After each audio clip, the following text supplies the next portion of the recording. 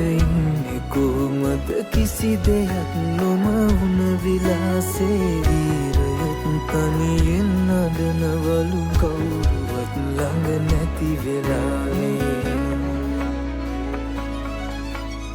ජීවිතේ ගැන මේ තරම් දේ දන්න හැටි පුදුමයි ආදරේ හංගලා දෙන්නේ පියවරුමයි හදවතේ